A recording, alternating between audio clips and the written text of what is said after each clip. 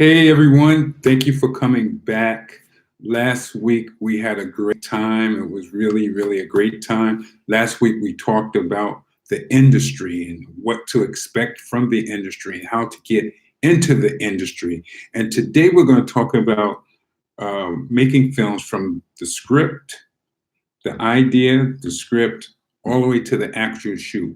What do you need to do to actually make a film? Now, last week I told you about attitude, I told you about the industry, and what I want to talk to you today about is the first thing that you want to do when you're about to make a film is know who are you making the film for? Why are you making this film? What do you expect to get out of the film? There's a lot of ways to do film, and there's a lot of film to do. If you're making it just for your family, you're going to have one approach. If you're making it for your church, you're going to have another approach. If you're making it for the public, you're going to have another approach. So once you're clear in your head that this is what you want to do, and this is who you want to get it to, let me give you the process of what you have to do.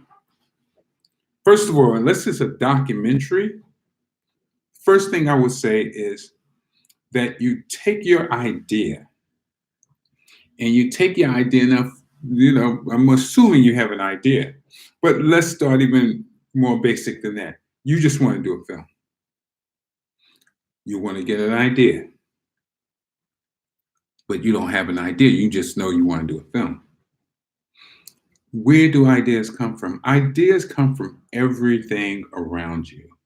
What's happening in life, what you experience, what you go through. Remember, filmmaking is telling stories. It could be something as simple as a subway ride. I saw when I was in film school, I saw a film about shoes. Somebody wrote a film about shoes, and it was a 10-minute film, and it was a good film, and you could see the love that they have for shoes. So whatever you're going to write about, whatever your idea, whatever your film is going to be about, it should be something that you are really passionate about, whether it's global warming, whether it's child abuse, whether it's pets and animals, whatever turns you on, whatever you have the most passion for, go for that. Because your passion, if done right, will come through. And the people who feel like you, the people who think like you, and even people who think opposite of you are going to want to see your film, and they're going to be able to relate to it. And you want to be able to have, especially if you're going to go public, relatable subjects, relatable ideas, right? Your ideas, the ideas that you have, once you decide what your idea is, and I'm going to talk right now about narrative fiction because, like I said, I love telling stories, right?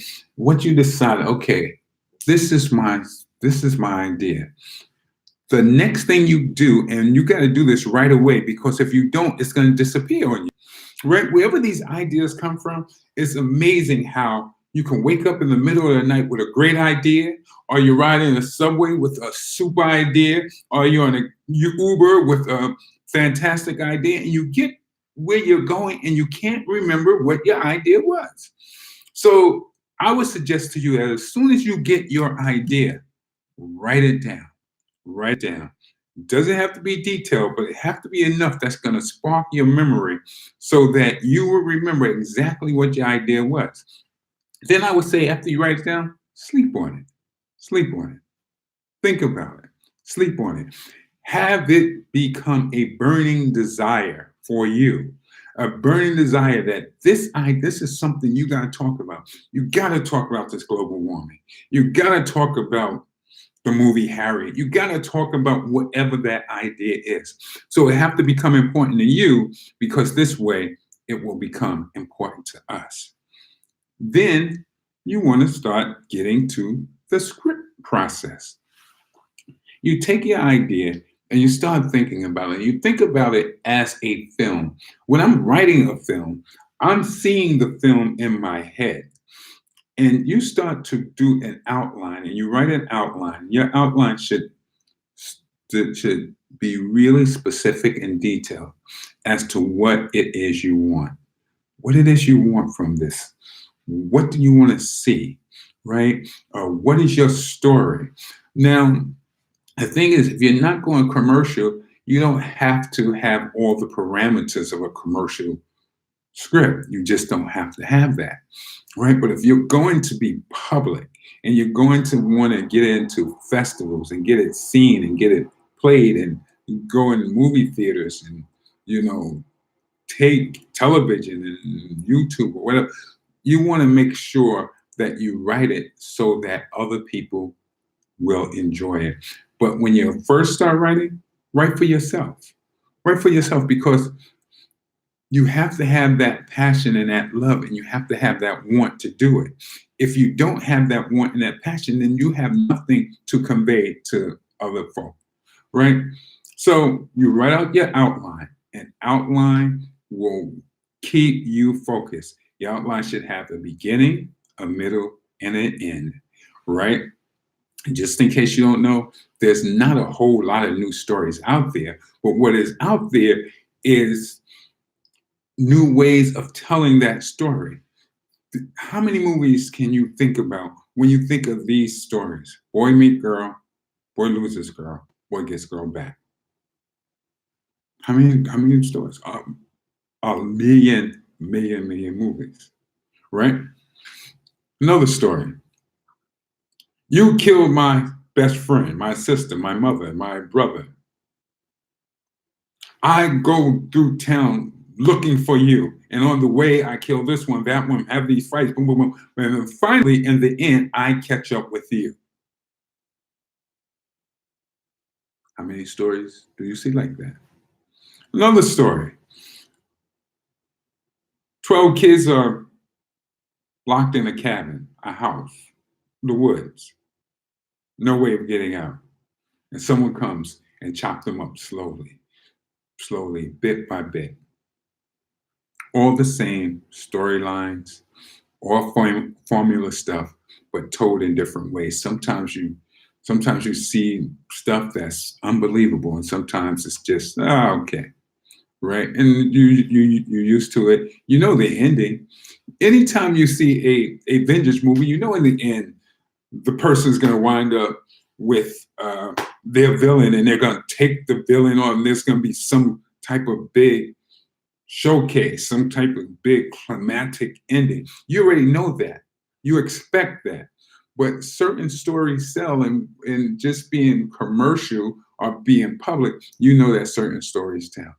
So you want to make sure that when you write your script, that your script has drama in it and has conflict. There's a lot of writers, especially new writers, they write stories and there's no conflict in it. There's no drama in it. And it's interesting, but it's not really something you're gonna go see, right? Conflict and drama, that's what keep people coming to the theaters. That's what keep people coming to look at your films, your movie. Your movies, your script, in order to shoot your first movie or any movie, your script should not just be a good script. It just should not be a good story. It has to be a great script and it has to be a great story because your script is going to hold them no matter what happens in your production value. If you don't have a great script, then you don't have anything to start with. You have to have a script that, people are sitting there and say, oh man. And in the end, they're like, okay, even though they sort of knew or they could suggest or they could think about even if they can outthink it, if the story is good, then you're gonna really enjoy that particular producer and that particular film. So how do you know if it's a good story? No, how do you know it's a great story? Right? You know it's great when you write the script and you start reading the script, and every 2 pages you go, oh, oh, shoot. Oh, right? Oh, snap. right? When you start reading a script that has that in it, then you know you're onto something. Just think about this.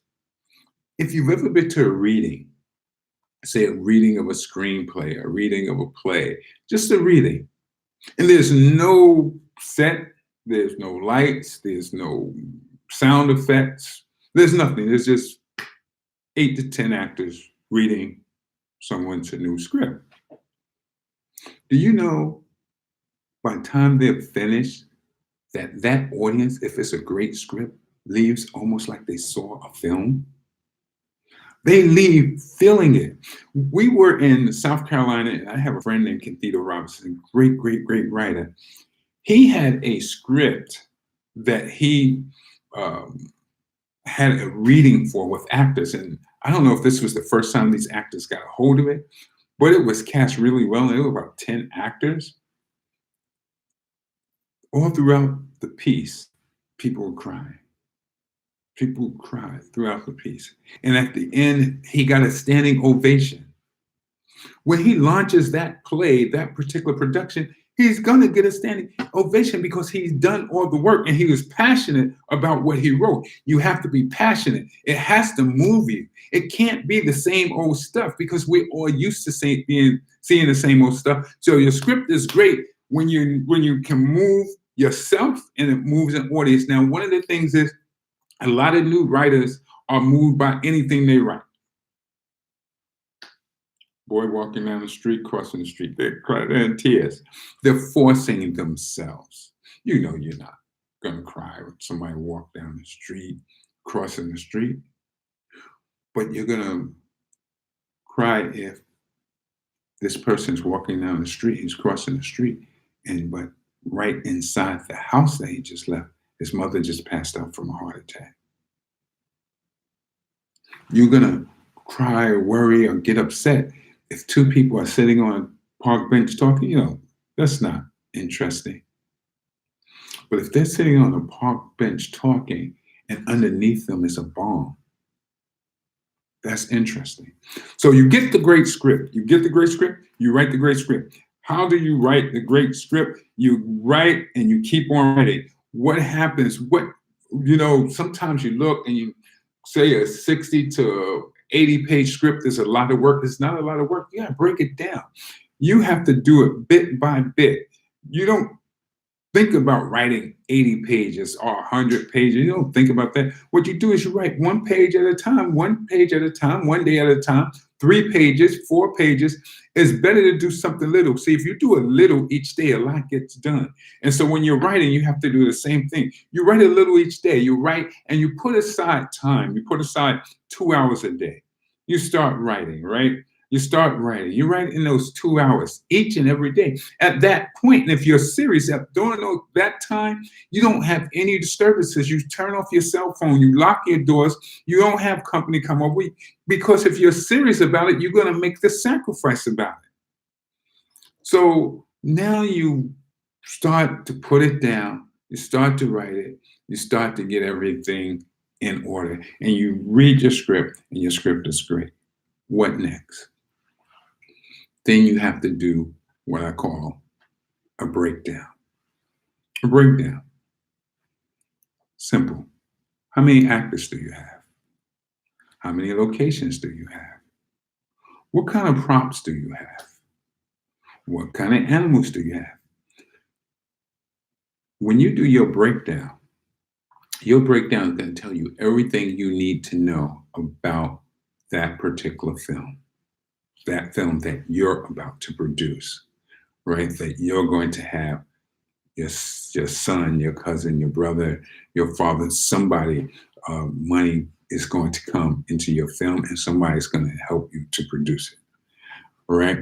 So you now have the great script. And what do you do after that? Like I said, and you do your breakdown and you see that is reasonable and that it can actually be done, because as a new writer, you might write about penthouses and then that, the other thing, and you can't do penthouses. You can't do Mercedes-Benz. You can't do it if you don't have the money. And I'm speaking to people, most people that are listening and the sound of my voice, you don't have, you can't write a $25,000 check right now. You just can't. You might be able to write it tomorrow, but you can't write it now. So at this point, I want to um, stop, because now you learned how to write the screenplay, right? And the way you get better, you have to practice writing each and every day. You should come to videos like this, talk to people like myself, read books about it, read books about it. And I want to tell you that if you want to see a nice example of screenwriting, you should go to Amazon and look up Kenya Cagle, me, and go to Amazon, get my book. I have a book. I have a screenplay. It's called Prophet, the story of Nat Turner. Or you can get my other screenplay, The Mafia Betrayal, right? Look at these screenplays. Look at how it's aligned. And this is the other thing.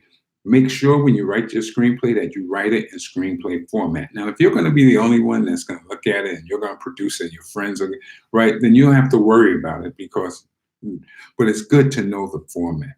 It's good to know the format. Later on, I'm going to be talking about film school or not, to go to film school or not. We're going to talk about that later on.